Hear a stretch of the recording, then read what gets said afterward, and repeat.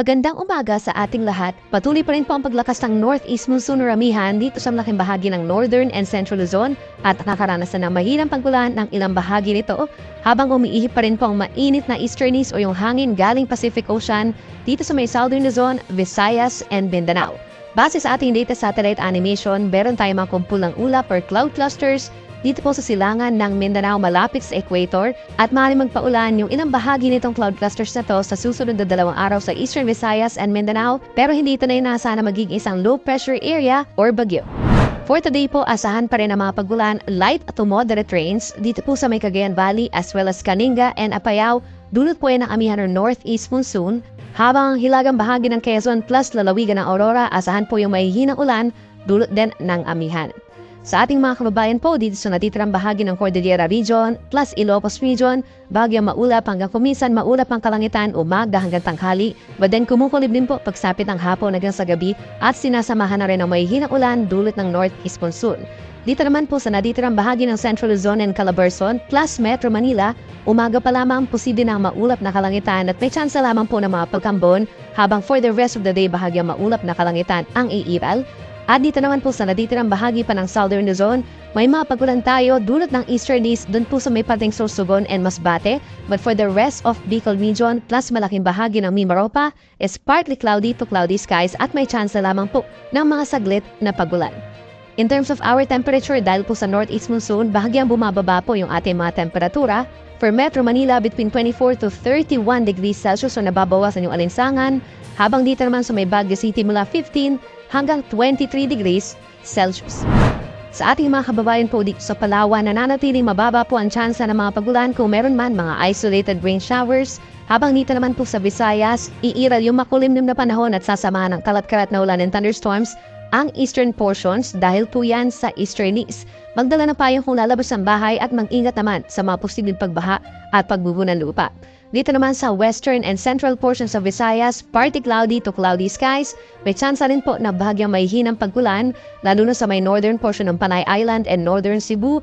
Ito po ay dahil lamang sa bagyang epekto na rin ng northeast monsoon, habang may easterlies naman sa katimugang bahagi ng Visayas. Temperature natin posibleng umangat sa 31 degrees Celsius for most of Visayas, but then may mga lugar pa rin po na posibleng umakyat sa 38 to 40 degrees Celsius yung heat index o yung mararamdamang init ng ating katawan. Kabilang na dyan ng Rojas sa Capiz, Dumangas, Iloilo, and G1, Eastern Samar. Sa ating mga kababayan sa Mindanao, pinakakaunti po ang ulan na kanilang mararanasan for today. May chance lamang na mga isolated rain showers doon po sa bahagi ng Caraga Region, Tinagat Islands, Surigao del Norte, and Surigao del Sur. But for the rest of Mindanao is partly cloudy skies at misa maaraw naman po ang kalangitan, umaga hanggang hapon, then medyo kumukulimlim naman po sa mga kabundukan at may chance lamang din po ng mga isolated rain showers or thunderstorms. Sa Metro Davao, temperatures between 25 to 34 degrees Celsius pero may mga lugar din po na posibleng umangat sa 38 to 40 degrees dahil sa easterlies yung ating heat index kabilang na dyan ng Zamboanga City and Cotabato City. Dahil sa paglakas po ng amihan, meron tayong gale warning hanggang 5 meters o nasa halos 2 palapag po ng gusaling mga pag-alon dito po sa baybayin ng Northern Luzon, kabilang ng Pangasinan, bahagya pong parte ng La Union, Ilocos Sur, Ilocos Norte, pangat po ng Batanes, Cagayan, kabilang ang Babuyan Islands, at baybayin po ng Isabela. Hanggang 5 meters na po ito, no? So delikado ang mga pag-alon na ito for small sea vessels, lalo na po sa ating mga kababayan na nangingisda. Mamayang gabi, posible na rin po ang maalon na karagatan dito sa baybayin po ng Aurora and Northern Quezon, habang posible din po pagsapit po ng Thursday or bukas dito pa sa silangang baybayin ng Bicol Region and Eastern Visayas dahil sa pagbaba pa po ng northeast monsoon.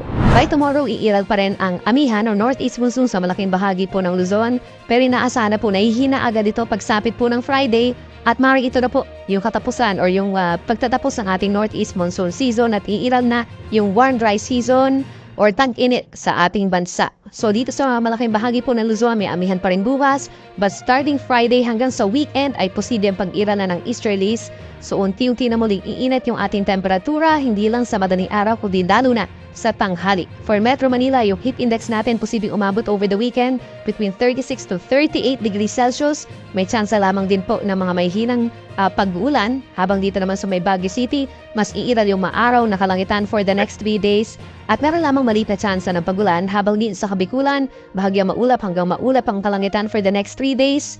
Pero hindi po chance ng mga isolated rain showers or thunderstorms at mas iinit din po ang temperatura, lalo na sa may Catanduanes and Camarines Sur. Sa ating mga kababayan po sa Visayas, patuloy ang epekto ng easterlies or hangin galing Pacific Ocean for the next 3 days at makakaranas din po ng mainit na panahon ng malaking bahagi ng Panay Island, plus dito rin po sa may Samar provinces, Giwan, Catbalogan, and Catarman Northern Samar, may chance lamang po ng mga isolated rain showers or thunderstorms. Temperature natin sa Metro Cebu posibleng umangat naman sa 32 to 33 degrees Celsius sa tanghali. At panghuli sa ating mga kababayan po sa Mindanao, patuloy din pang epekto ng easterlies. For Metro Davao, temperature has been between 25 to 34 degrees Celsius, but yung heat index or mararamdaman din natin ng ating katawan ay posibleng umangat pa rin between 38 to 41 degrees Celsius. Kabilang na rin dyan sa Zamboanga City, Butuan, Cotabato City, and General Santos City.